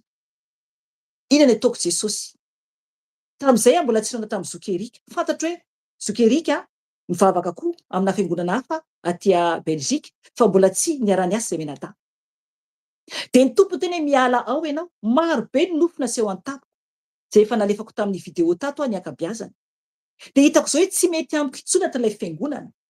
Tana fiangonana fifazana taty nidiny, nasain'ny Tompo nidiny, idio fiangonana io. Ry havana, tsy eken'ny Tompo fa sain'ny Tompo miala amin'ny zavatra izay nataontsika nefa tsy araka an'Andriamanitra. Niala mpiandry, niala ho pasteur.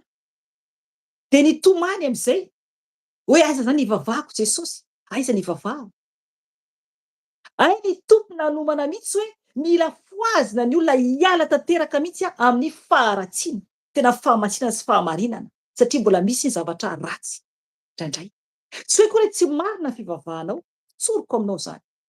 Misy koa marina ny fivavahan'olona hafa. Misy anatin'ny fiangonana efa natsoin'ny Tompo ao, anatin'ny fiangonana hoy ao. Tsy ilay fiangonana ny ambarako eto, tsy ilay trano.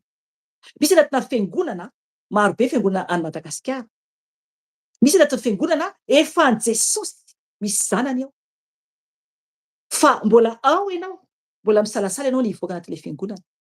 Fa zatra manaraka fomba-piangonana, mila mitandrina mafy dia mafy isika. Fa tiany Tompo ianao tena hankatoa azy amin'ny fahamarinana sy fahamasinana. Izay, hoeninao ny feon'ny Tompo hiteny aminao hoe jerevy zavatra io fa tsy mety io. Jerevy fa tsy avy amiko io. Jerevy fa tsy ekeko io. Dia hiratra ny masom-panahinao. Zay vao tanteraka aminao le araka ny tenin'ny mpanompon'Andriamanitra teo saotra Jesosy, le hoe fiadanana. Shalom. Aleloia. Aleloia, aleloia. Mifandray le teny. Aleloia. Zay le shalom. Pe mihitsy amin'ny Jesosy, tena pe fiadanana. Marina fa reraka izay menada. Reraka manao ny asan'Andriamanitra, tena marina izany. Ary mitolona mbavaka foana, be dia be ny asa. Fa ny Tompo mamely fiadanana le shalom. Tsy ny olona no mibaiko, fa Jesosy no mibaiko. Izy no tompony asa. Izy no tompony asa. Izy no lohany. Isika no vatany. Isika no vatany. Ry havana, raha vao olona no miteny aminao tsy araka ny tenin'Andriamanitra dia mandoleva ianao antaneo an Jesosy. Jesosy ahoana ty teniny ty mpitondra fivavahana ity? Aiza anatin'ny Baiboly misy izany fa mpahafantarin'ny Tompo anao hoe tsy ao anatin'ny Baiboly izany ary tsy avy amiko izany zavatra izany. Ny Tompo hanafaka anao amin'izay lalana tsy mety alehanao. Zay ny Jesosy. Zay le finoana ireo mpino taloha. I Sara ny omeny Sara ny tenena hoe iteraka izy, ny ome izy. Eny ilay anjely fa ny ome izy. De nandaika izy satria natahotra hoe tsy nome aho. Oka vakinao ny ten'Andriamanitra any amin'ny Genesisy any, meko anao ny verset any amin'ny Genesisy 12. De jereva any rindrina any arinan'io 12 io fa ho hitanao. Afaka mamaky mihitsy ianao rehefa milamina tsara satria efa taritsika nanomboka dia manjary lava be fa oka ianao ny amaky ilay ten'Andriamanitra. Genesisy 12 de hoenao ny momba ny amin'ny tantaran'i Sara. Izy lay nome zany no ho hitanao. Rehefa mamaky ianao de ho hitanao ao arindrinao zany de mazotoa mamaky tompoko, mazotoa mamaky.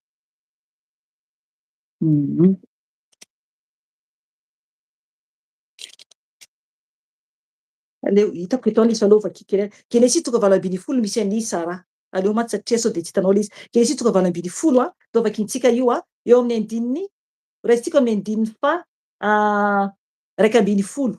2:10 ka hatramin'ny fa 2:10 dovakitsika ihany io. Satria zay tsapako eto teneny fanahy masina. Genesisy 12 andiny fa 2:10 ka hatramin'ny fa 5:10 marazoso tompo. Hoy ny teny vakiko. I Abrahama sy Sara dia samy efa zoky olona ary nandroso fahaterana sady efa nitsahatra tamin'ny fomba mbehivavy Sara. Koa ny ome anakapo i Sara hoe moa mba anana fahafinaretana ihany va ao na dia efa tratra antitra toy izao aza sady efa antitra koa ity ny tompo. Dia hoy ny tompo tamin'ny Abrahama, nahoana no ny ome i Sara ka niteny hoe hiteraka tokoa va ao kanefa izao efa antitra izao. Fa moa misy zava-mahagaga zay tsy hainy tompo va? Amin'ny fotoana voatendry, amin'ny heritaona toy izao dia hiverina ty aminao aho ka hiteraka zazalahy i Sara. Dia nanday i Sara satria natahotra ka hoy izy hoe tsy ny ome izany aho fa hoy ilay niteny hoe tsia ny ome ianao. Amen. Ry havana, ilay anjely ny tompo io niteny io. Afaka vakinao manomboka eo amin'ny 12:1. Ilay anjely ny tompo zany io niteny io. I Sara niaino tao ambadika tao de ny ome izy. Nefa nijerevo fa fantatr'Andriamanitra le izy. Fantatra fa ny ome izy. Ry havana, tsisy miafina amin'Andriamanitra momba antsika. Zay no mahatonga ten'Andriamanitra miteny fa moa misy zava-mahagaga zay tsy hainy tompo va? Hainy avokoa zavatra rehetra tompo. Hainy avokoa ain'Andriamanitra. Na inona problemanao, na inona fiainanao dia aoko ho fantatrao fa misy zavatra hafa tian'Andriamanitra amin'ny fiainanao ao. Mety marary ianao, ny tompo te hanasitrana anao. Fa misy aloha tsy maintsy anatoranao an'Andriamanitra hoe Jesosy inona ny antony mahatonga anahy tsy mety salama? Antanio azy fa ambarany aminao. Misy olana be ve ianao ara-bola? Misy antony ao. Manontany an'Andriamanitra ianao Jesosy inona ny antony Jesosy? Fampahafantariny ianao sao de zavatra tsy akasitrahany ny ataonao ka mila ianao miova zavatra hafa. Ny tompo ampafantatra anao. Nefa hoe aza mieritreritra hoe miteny zany eto hoe tonga de lama be ny vola eo am-pilatananao. Tsy akory. Tsy mitory fitahiana akory. I mama Felicia hoe ho be vola be ianao tsy hany mihitsy ao am Jesosy. Misy ny fahasahirana fa ny tompo manokatra ny lalana. Amen. Am'izay sahaza antsika tsy maintsy misy foana ny fahasahiranana fa ny tompo manome zay sahaza antsika. Tsy mitory mihitsy aho hoe fitahiana foana no ho azontsika fa tsy maintsy misy koa ny zavatra sarotra amin'ny fiainantsika. Fa ny tompo ametraka ilay fiadanany ao anatinao, ao anatintsika. Ry havana, ny tompo miantso antsika tsiraray avy, tiantsika izy. Raha mbola tsy nandray Jesosy tompo sy mpamonjy fiainanao ianao dia fotoana izao. Nefa tsy voatery ianao tompo, tsy voatery ianao. Fa oka ianao hitandrina fa raha ohatra ianao ka mangataka andro foana dia sao de tara loatra. Sao de tara loatra. Ka tsy voavondro intsony ny fanahinao. Tiantsika Jesosy, miantso antsika izy, miandry antsika ny tompo. Araka ny teny amin'ny bokin'ny Apokalipsy, andao ivakitsika farany 7:20. Dia tsapako ato fanahiko ato 7:20. hoy Jesosy hoe Apokalipsy 3:7-8 hoy ny tompo hoe indro mitsangana amina raha Jesosy tompo vakiko ny teny indro mitsangana eo ambaravarana aho ka mandondona raha misy mihaino ny feoko ka mamoha ny varavarana dia hiditra ao aminy aho ka hiara-misakafo aminy ary izy amiko. Amen. Ry havana, Jesosy miandry antsika izy, miandry anao izy eo ambaravarany fonao, mbola anatin'ny fotoanany famindram-po isika izao, famindram-po eo iaho. Maro be nefa tsy tratra n'izany intsony. Raha mahita zavatra miseho eran-tany isika, jereo zavatra miseho, firy n'olona maty tampoka. Ry havana, mbola misy ny famindram-pon'Andriamanitra. Miantso anao ny tompo anio, mitsangana eo ambaravarany fonao azy ka mandondona. Sokafo ny fonao an' Jesosy, sokafo ny fonao an' Jesosy. Sao tara loatra, satria raha tara loatra isika dia tsy afaka intsony Jesosy hamonjy anao ka sanatria any amin'ny afo be ny fanala. Ry havana, misy ny afo be, misy ny afo be efa natseho an tompo ahy. Ry havana, mifoaja dia mbola miantso Jesosy, tiantsika ny tompo. Any amin'ny afo be dia tsisy tsony ny fahafahana hivoaka rehefa any amin'ny afo be, ary ratsy ny afo, ary romotra ny fahavalo, romotra ny fahavalo. Eto mampatsiahy eto ny fanahy masina ny zavatra hitako indrepandeta any amin'ny afo be. Ny amin'ilay devoly isan-karazany tena maharikoriko.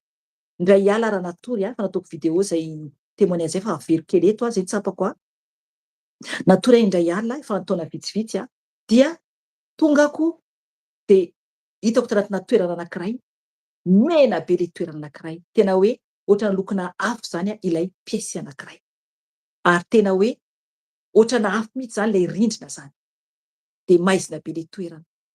De hitako devoly vehivavy zareo io, nisy mpanompon'Andriamanitra lahy zay anankiray zay hitako, le izy zany tsy gasy fa hitako zany mpanompon'Andriamanitra ray io io lehilahy io zany de hitako zany izy io mamindra zany izy io, mamindra izy ohatra vao izy andeha hitsofoka any amin'le toerana anankiray zany, de hitako manatona anazy devoly vehivavy maro be tena isan-karazany izy io, avo be ry zareo de sasany misy tandroka, sasany tena ohatran'ireny paozina ohatran'ny paozina krokodila reny ny paoziny vatany sasany, fa izany mijoro ohatran'olona zareo sasany misy rambo, sasany misy tandroka. Ry havana, zava-doza, zava-doza.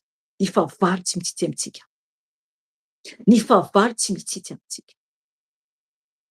Avo be zareo, tena ratsy be ny tarehan'izy ireo. Ka mitandrema tompo, mbola miantso anao Jesosy, miantso anao ny tompo. Raha misy ianao te handray Jesosy tompo sy mpamonjy ny fiainanao, de fotoana izao, fotoana izao iantso ny tompo anao eo ambaravarany fontsika. Jesosy mandondona, sokafo Jesosy, misara am'izao tontolo izao, tsy zava-tsoa azontsika amin'ity tany ity, tsy zava-tsoa. Ry havana, andalo any antsika ity, mandalo tsika any ety ambony tany, fa tsy maintsy miala ety isika. Raiso ny tompo, ho tompo sy ho mpamonjy ny fiainanao. Hivavaka isika maranantsika ny fotoana, aoka isika hanana finoana lehibe tahaka an'ireo mpino taloha, araka ny ten'Andriamanitra teo koa. Ny tompo no niteny le hoe raha manana finoana toy ny voatsinampy isika, voatsinampy, zavatra kely de kely izany, dia afaka isika hiteny amin'ny voaroy anankiray izay maniry zany hoe miongota eo ary maniry any an-dranomasina. Ry havana, zavatra tsy takatra heverina anie izany. Ohatra zany ny finoan'ireo mpino taloha, aza mianahana antsony amin'ny finoanao. Mijoroa tompo, mijoroa, fa tianao Jesosy, tadiavo bebe kokoa izy, dia amaly anao izy, anampy anao izy. Aza mieritreritra hoe irery ianao, tsy irery rehefa tena mitady ny tompo. Entsika ny ten'Andriamanitra teo, fa Andriamanitra dia ny finoantsika zany no endrasany. Miandry finoantsika izy dia miditra antsehatra ny tompo, miditra antsehatra izy. Fa afaka itsika tompo manantsika ny fotoana dia randray Jesosy tompo sy mpamonjy fiainanao ianao dia okenao mibebaka, mibeba amin'ny Jesosy dia raisy izy tompo sy mpamonjy ny fiainanao. Fa afaka itsika tompo. Raha hiverina amin'ny Jesosy kosa ianao ka hoe nandeha nireny teny dia mbola fotoanan'izao verena amin'ny Jesosy. Dia mbola tsy maty verena amin'ny Jesosy, mbola misy ny fotoana. Mibeba dia miverena, mijoroa tsara, aza miadaladala intsony satria zava-poana isika ety, zava-poana isika ety. Omany ny fiainanao any an-danitra. Ivavaka isika tompo, ivavaka isika. Jesosy tompo, misaotra anao Jesosy ny amin'ny teninao zay tonga teto Jesosy. Ny amin'ny finoana Jesosy. Tompo, kely finoana izahay. Izay rehetra mihitsy Jesosy tena kely finoana izay tsiraray avy. Ka mifona tompo, mamindra fo aminay. Jesosy io. Tsy tahaka an'ireo mpino taloha izay Jesosy. Mianahana foana Jesosy. Efa hita fa zavatra tsy mety. Efa hita fa mitenao Jesosy nefa tompony izay tsy mino izahay. Ka mifona Jesosy.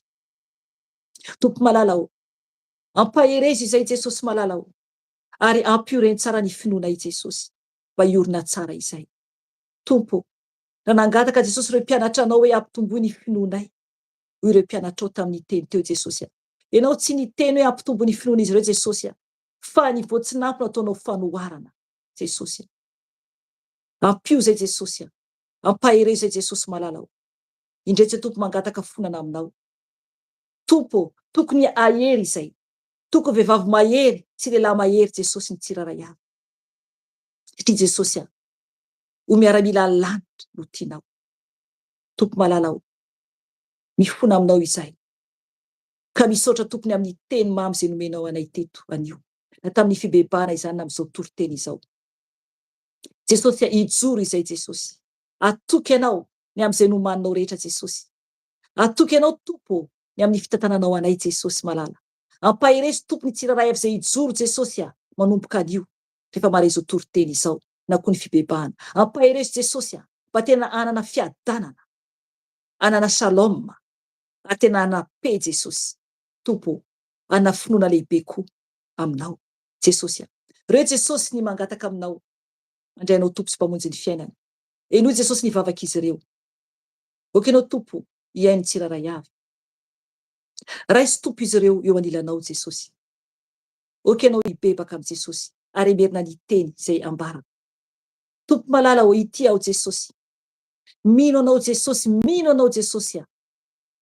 Ka andrainao Jesosy tompo sy mpamonjy ny fiainako manomboka anio Jesosy. Mamela ny heliko tompo. Ianao no mpamonjy. Ianao no tonga lafatra Jesosy satria mpanota ao. Ka soraty Jesosy ny anarako any an-danitra. Fa fao tompo ny anarako any amin'ny elo Jesosy. Raiso zanakao a Jesosy mba ho tafiditra ny lanitra. Ianao no oka ho tompo sy mpamonjy ny fiainako manomboka anio. Sokafako Jesosy ny foko ho anao. Midira Jesosy atao poko Jesosy. Ity ao Jesosy. Ho zanakao. Tompo malalao misaotra anao Jesosy. Misaotra anao Jesosy malala. Tompo, reo koa tompo zanakao Jesosy iverina aminao anio. Eto amin'ny Jesosy ny tenanao. Jesosy, raisy tompo izy ireo tsiraray avy. Tompo, manolo tena Jesosy izy ireo iverina aminao Jesosy. Mamindra fo Jesosy. Mamela ny heliko ny tsiraray avy Jesosy. Reraky ny vezivezy tompo amin'izao fiainana izao. Ka mamela Jesosy. Ampahereza tompo ny tsiraray avy mba tena hijoro tsara hatramin'ny farany. Tompo malalao. Omeo fanahy mahery izay. Satria raka ny teninao tompo. Fa tsy nanomenao fanahy osa izay Jesosy. Tsy fanahy osa no nomenao anay Jesosy fanahy mahery. Ka tompo, ampitafionay Jesosy ny fanahy mahery avy aminao manomboka anio. Ka misaotra anao Jesosy. Misaotra tompo ny amin'ny fotoana rehetra teto Jesosy. Misaotra tompo ny amin'ny réseau. Misaotra tompo ny amin'ny telefona zay nety Jesosy. Na tsy nety tavany am-piandohana Jesosy. Misaotra satria no nandama Jesosy ka mivoninahitra ao anao. Mankasitraka Jesosy. Tianay ianao ray malalao. Ary fonana aminao tompo zay rehetra tsy mendrika nataonay Jesosy. Ny amin'ny tsy fatateranay Jesosy malalao. Ifonanay aminao izany. Ka misaotra tompo ny voninahitra ao anao rery any. Arovy tompo zay tsiraray avy ambany tana maherinao. Zay zanakao tsiraray avy eran-tany Jesosy. Arovy izay. Ny voninahitra ao anao rery any Jesosy. Hatramin'ny taloha indrindra. Saketriny ary mandrakizay dory. Aleluia. Amen. Amen, amen, aleluia. Misaotra ny Jesosy isika. Zay ry havana ny fotoananio ka dia mametraka veloma aminareo dia mbola miala tsininy amin'ny tsy fetezan'ny fotoana tany am-piandohana satria tsy nety ny telefona araka ny nambarako dia esorana tompo hoe nety saoma tsara izy zao dia vonaitra ho an'i Jesosy. Mametraka veloma aminareo zay menada dia amin'ny hery indray tsika mena eto raha mbola tsy tonga ny tompo na mbola eto ny ray amintsika tsiraray avy. Dia veloma indray raha tompoko tahian Jesosy daholo eo. Shalom. Amen.